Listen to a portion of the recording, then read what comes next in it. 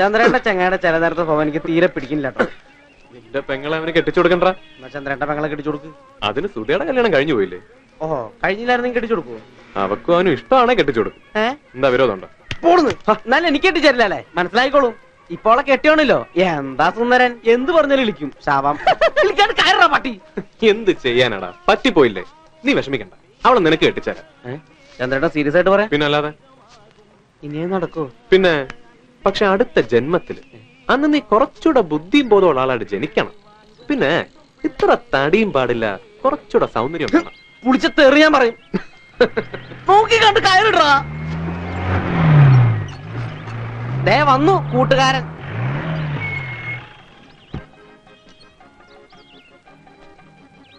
ഈ ആളെ അറിയൂ? അറിയില്ല. ആരാ? ഇതാണ് പറവട്ടാനിക്കാരൻ ഗോപാലൻ. ഓ, വലിയ ചീട്ടുകളിക്കാരൻ.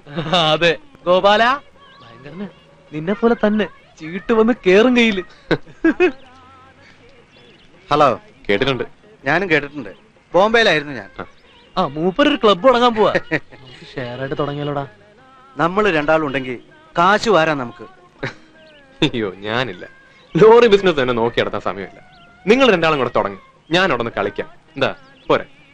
പോട്ടടാ. ശരി. സന്ധ്യക്ക് മുമ്പേ തിരുനെൽവേലി എന്താ വാ. ഇത് നടക്കുന്നു തോന്നണില്ല.